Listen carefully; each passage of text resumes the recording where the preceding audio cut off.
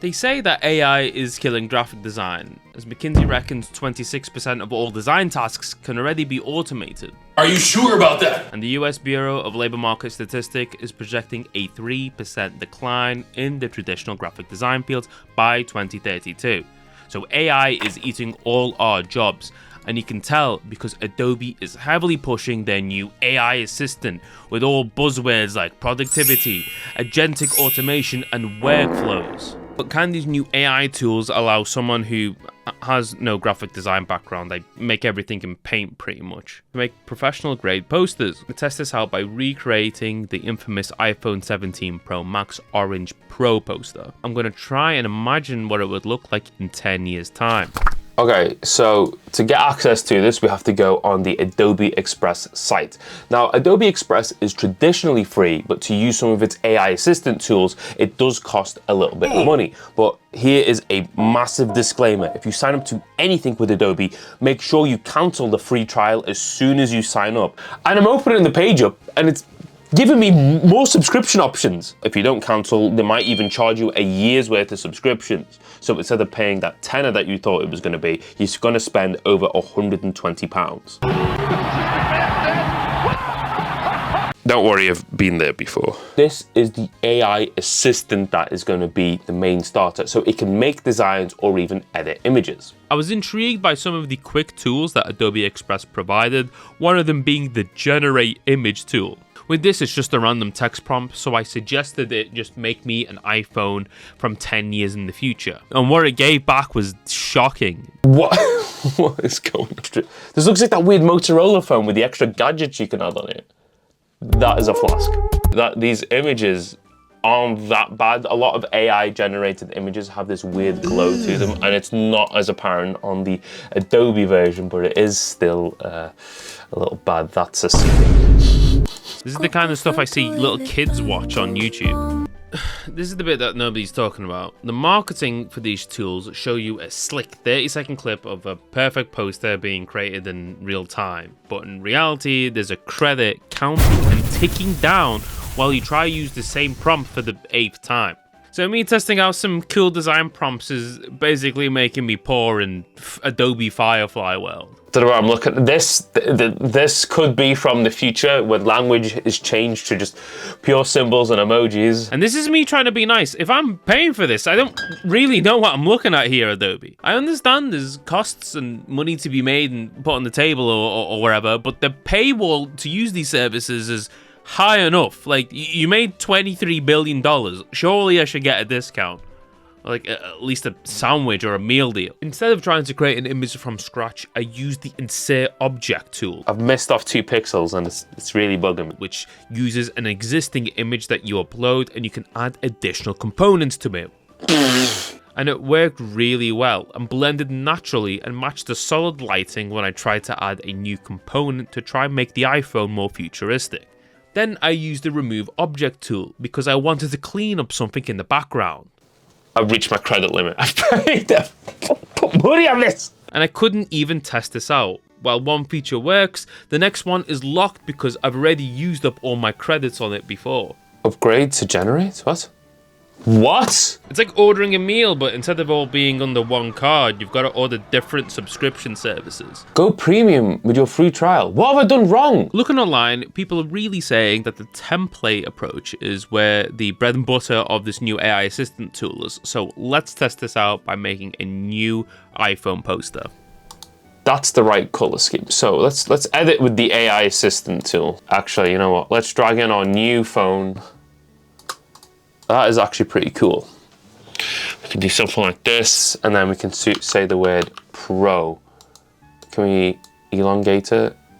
A Pro needs to have wider spacing. Can it edit simple texts, please? Letter spacing. Oh wow! It's done something. That's crazy. I mean, the text is a bit awful, but we need to edit that a little bit. Word Pro needs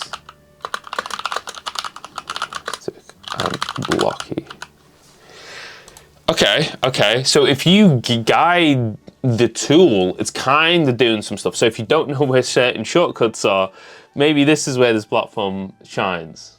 We're getting somewhere. What's this button for? More options.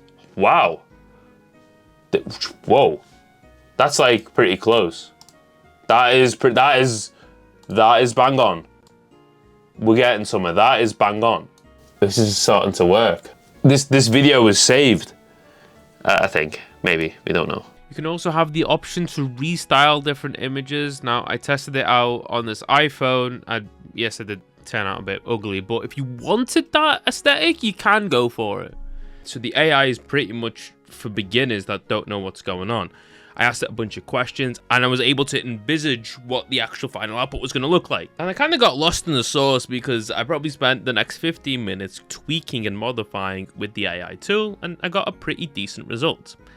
Until I tried to export it. Start your free trial to download. Is that what that says? And in the bottom right corner, the template also had a watermark on it. Editing work for you, and it's added a watermark in the bottom corner. But don't worry, I'll show you how you can get rid of it.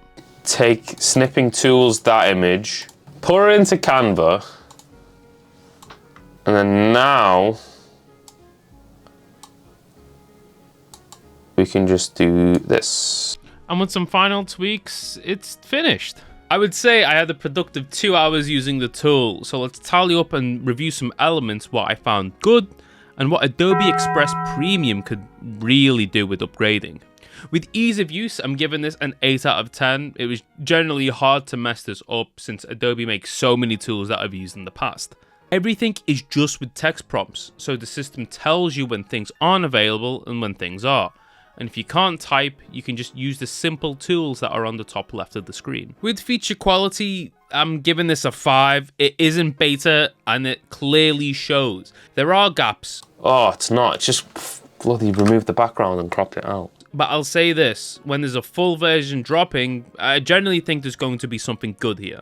Value for money, I'm giving this one a 4, and this one really brings the rating down because you've got platforms like Canva Pro and Figma that give you the majority of these features for just like £20 a month.